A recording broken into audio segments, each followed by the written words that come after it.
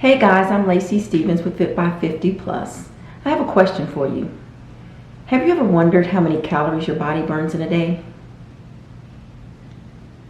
Has anyone ever asked that question? To be completely honest, in all my years of trying to figure out how to lose weight in a healthy, sustainable way, that question never crossed my mind. Really, my focus was on exercising. I figured if I exercised enough, then I could eat anything I want. But now I understand that that question is the foundation for everything that concerns weight loss. Let me tell you a story.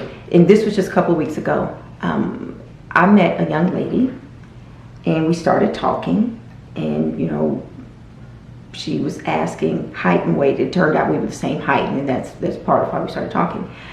And I shared my height and weight. She said, "Oh, you're in good shape." And she decided that she would share her journey with me. She said that her mom put her on birth control when she was 175 pounds. Now it's interesting, she didn't say an age. She said when I was 175 pounds, my mom put me on birth control. And I knew that I was gaining weight. I knew I was getting bigger, but I didn't know how much. So one day she finally decided to, she wanted to know how much she weighed. She went and bought a scale, and she was 270 pounds. She did like I used to do. I was trying to figure out why in the world these clothes kept shrinking. Who makes clothes that shrink after a few washes? I don't want those anymore. But she did share that with me, and she said that she wanted to lose 100 pounds. So I asked her what I believe to be the number one question that really should be asked to anyone who decides that they want to change their life, they want to change their weight. I asked her if she knew how many calories her body burned in a day. And this question, knowing the number of calories that your body burns in a day, it's not just for athletes, it's not just for bodybuilders. This is a basic, fundamental question that could absolutely change your life. And so she didn't know, but she did say that she walked every day and that she juiced celery. And what she said caught me by surprise, so I asked her to repeat herself, and she said, "I juice celery every day and I add a tablespoon of apple cider vinegar, and the apple cider vinegar helps to suppress your appetite."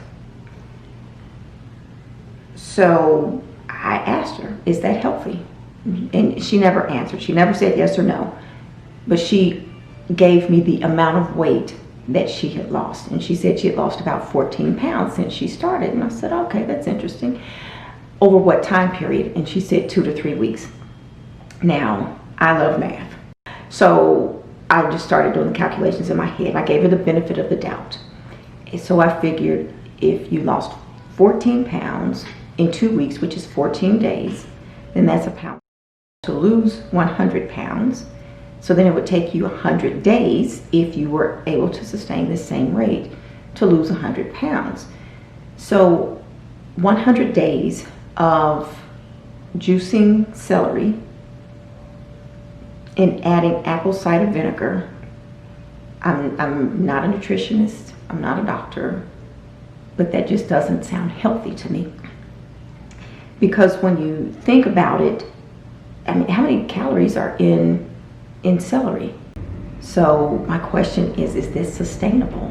How would you sustain yourself on celery and apple cider vinegar for any amount of time alone? Just that alone for any amount of time.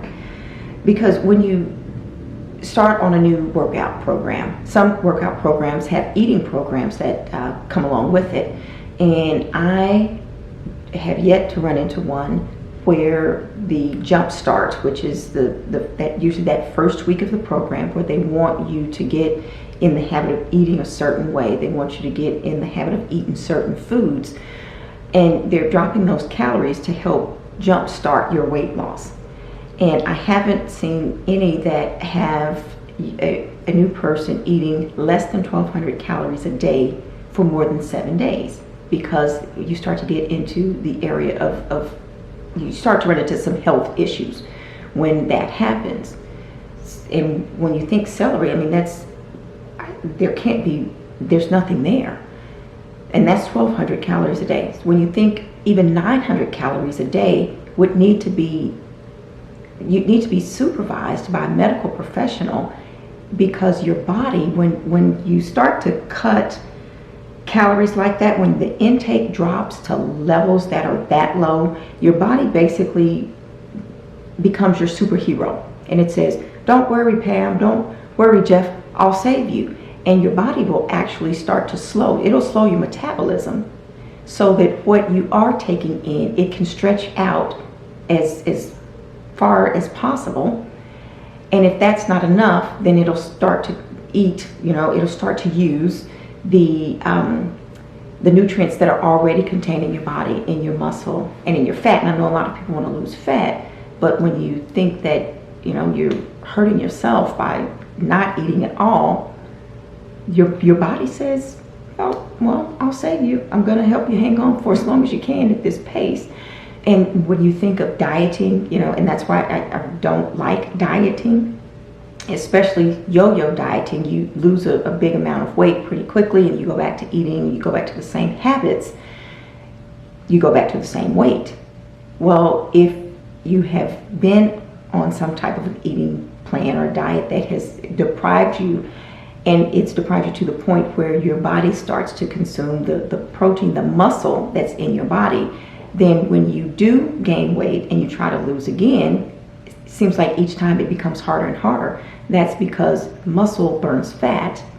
So when you get to the point where your body is consuming what it needs to help burn fat, you have less and less of that left, then you're only left with that fat, and it does make it a little bit harder to get that fat to go away. But your body it'll go in and protect you, and it will slow your metabolism. And so you've heard me say, be informed. This is the type of information that I want you to have, that you need to have when you are ready to start creating a sustainable, a real honest to goodness strategy that will help you to continue to go through life. Not a diet, but a lifestyle change. Now, that was the first question. The second question that a lot of people don't necessarily know about themselves is the number of calories that they eat in a day. People who know the answer to both of those questions, the number of calories that your body burns and the number of calories that your body consumes in one day, they have total control over weight loss, weight gain, or just maintenance, because they know the answer to those two questions. And those two questions can absolutely change your life. So it really, do the math. You've heard calorie in, it's about calories in and calories out. So when you think about it, if the number of calories that you take in or you consume, the number of calories that you eat in a day is less than the number of calories that your body burns in a day, then your body is operating in a deficit. If the number of calories that you eat in a day is equal to the number of calories that you burn in a day, then you are maintaining that same weight.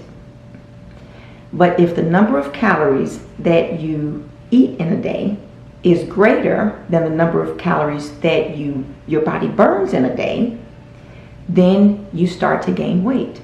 We know that there are 3,500 calories in 1 pound. So over time, if you continue to take in more calories than your body burns, when you have taken in 3,500 calories more than your body has burned, then you've just gained a pound. And when we get to the point where there is enough weight has been gained, enough of those pounds have been gained, you go from just being overweight to being obese. And according to the Centers for Disease Control, over 40% of adult Americans are considered obese. 40%. Now, I do realize that some people suffer from medical conditions that cause them to gain weight or make weight loss difficult, but by and large, the vast majority of us are not affected by those conditions.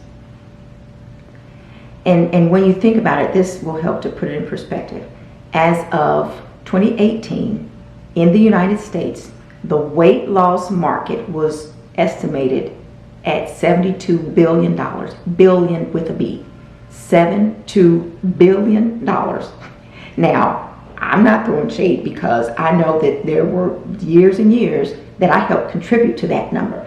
I needed my appetite suppressants, my fat burners, my fat blockers, the low calorie foods, depending on the fat or the diet. I needed some high calorie, not high calorie, but high fat food, the fat bombs and the this and that. I helped contribute to that.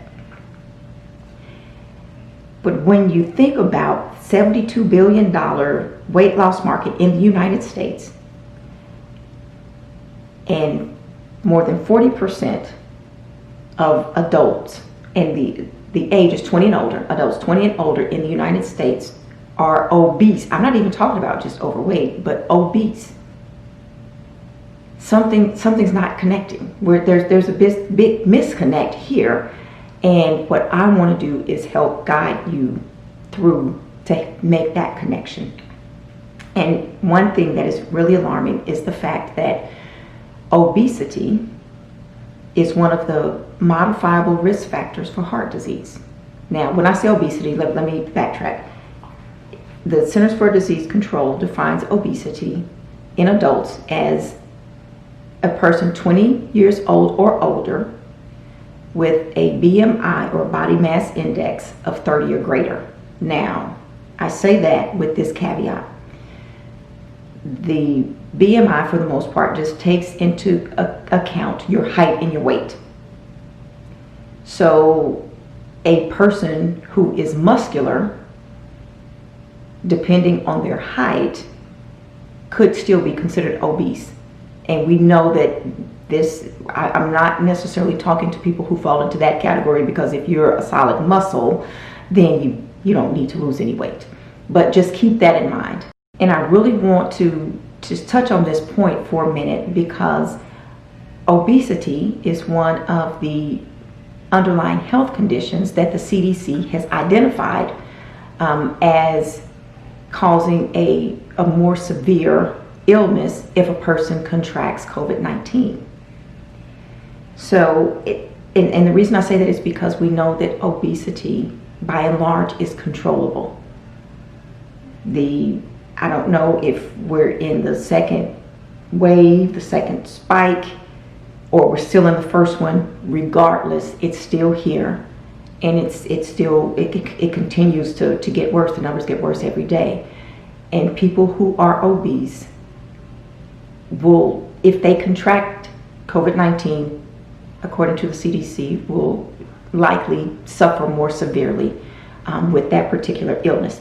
Now I'll go back. If we don't know the calories that we're consuming, there's a very good chance that we don't know how much fat we're eating. We probably don't know the amount of cholesterol, the sodium, the carbs, the sugar that's in the foods that we're consuming. And all of these different nutrients, if they're left unchecked, can all become risk factors for heart disease. And guess what? Heart disease is one of the underlying conditions for one of the underlying medical conditions for COVID-19 as well. People with heart disease are in the same boat as people with obesity. According to the CDC, those people, if they contract the coronavirus, are said to likely suffer more severely than people who don't have those underlying health conditions. So when you hear me say be intentional, this is a chance for you to be intentional by doing two things. Number one, find out how many calories your body burns in a day. And that might be the easier part, but that's step one. Click the link below and it'll take you to my blog at fitby50plus.com, and there's an article on calories, and it'll walk you through how to calculate the total daily energy expenditure, the total calories that your body typically burns. Now, there is some math involved, but don't panic. I'm here to help. As a matter of fact, I'm going to walk you through the example that is there on the blog. And in that particular example, it's for a woman who is 49 years young. You notice I didn't say 49 years old, 49 years young, who is 5 feet 2 inches tall. She weighs 140 pounds, and she's very active. She works out vigorously about 6 days a week. This is the Mifflin-St. Jeor equation, and in this particular formula, this is for female, it's slightly different for male. We're going to take 9.99 and multiply it by the weight. The weight will be in kilograms. Then we're going to add the quantity of 6.25. We're going to multiply it by your height in inches. I'm sorry, in centimeters. In the United States, we're used to inches. We'll convert that to centimeters. And then we're going to multiply your age by 4.92. And then we're going to take all those numbers and get an end calculation. With this example, this young lady is 140 pounds. We convert that to kilograms, and it comes to 63.5 kilograms. We take her height, which is 5 feet 2 inches tall, which is 62 inches. We convert 62 inches to centimeters, and that is 157.48 centimeters. And then, of course, the age is the regular age. So we'll multiply 9.99 by 6.35 kilograms. That gives us 634.365. Now we are going to multiply 6.25 times the height in centimeters, which is 157.48, and that gives us 984.25. And now we're going to subtract 4.92 times her age, which is 49 years young, which is 241.08. And then we're also going to subtract from that 161. So when we take that and do that math, we have 634.35 plus 984.25 minus 241.08 minus 161. We come up with 1,216 calories. Now we're going to take that 1,216 calories and multiply it by 1.725 because, again, she's very active. So with the intense exercises, 6 to 7 days a week, see that category there? That's the multiplying factor that we get. So we take 1,216 and multiply it by 1.725 to come up with 2,098 calories per day. And that is basically the amount of calories that her body burns in a day based on this particular equation. And now that we know that, number 2 in being intentional, you have to find the number of calories that you eat in a day. You've got to figure out exactly what's going into your body. And unfortunately, this is where a lot of people struggle. It's with the tracking. And that's the only way to know is to track. Some a little bit, not too much. Those are good, but they're not quantifiable. You've got to be able to say, I had a fourth of a cup of this, half a pound of that, but it's a process. We'll get there. But when it comes to tracking, like I said about the young lady in the story, she finally wanted to find out exactly how much she weighed. She went and got a scale. Not so much so that she could jump on the scale every day and weigh herself day in and day out, but she knew where she started. She wanted to know where she was at that point. And the only way to know that was to use a scale. And so it quantified her weight. That's all. That's the only thing it was for. So when it comes to apps and tracking your calories, tracking the food, there are tons of apps out there that will allow you to set daily goals for your calories, for your fat and protein and carbs. And then as you go through and enter that information, then it will help you to see what you've got remaining for the day. Most of these apps use a barcode scanner so that you can scan the packages that the food comes in. So for example, you've got a protein bar and it came in a package. There's a barcode on the back of that You go in, add the food, you use the scanner, and the scanner will pull all the information in for you. So you don't have to do like I used to do, unless you want to. You can do it manually.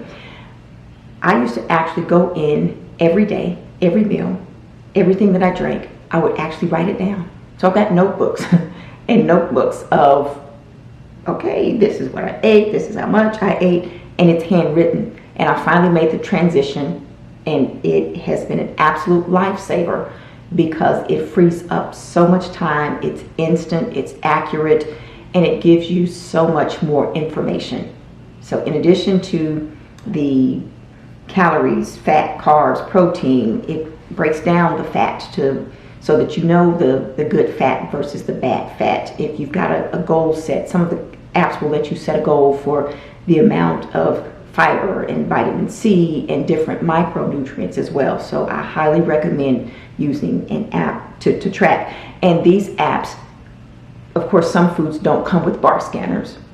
So these apps usually have pretty big databases, so that if you're looking for cabbage, if you're looking for bananas or something that would not necessarily come with the barcode, you can go in and type that information in and it'll pull it up for you, and you just go ahead and add that to the particular meal or the snack that you just had. And like I said, you can always do it manually. I've done it. It works. I prefer using the app. Like I said, it's a lot quicker, it's a lot cleaner, and it really saves on time. So really, that's what I wanted to talk to you about today, and I really appreciate you spending this time with me. So whether you are ready to dive in right now with both feet and commit to tracking just 100%, or you say, let me take it slow, I'm going to dip my toe in the water, let me get the temperature, see how this works, I have a challenge for you. Just for 1 week. For 1 week, I want you to, number one, find your total energy that's expended in a day.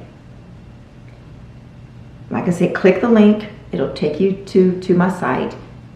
Go through. It just take maybe 5 minutes, and go ahead and find that information. Number two, even if you don't want to start tracking everything, here's the challenge.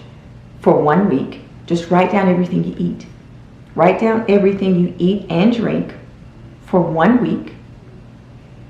Find the calories that your body is burning in a typical day, and then we'll go from there. That is the challenge for 1 week. And I will come out, I've got a 3-week challenge for you. I'll have another video for that 3-week challenge, so you all will be ahead of the others. So just find out, what do you have to lose? I mean, it's 1 week. Just writing down, everything that you eat and drink. Can't hurt. But I guarantee you, that these two are foundational building blocks to help you change your life. They will help you to get better, be better, and do better. And that's what we all want on our journey to living our best lives. So if this video helped you, or you think that it can help someone hit the like button below. Be sure to subscribe to my channel so that you don't miss any of my upcoming videos. And please leave me a comment. I'd love to know what you think.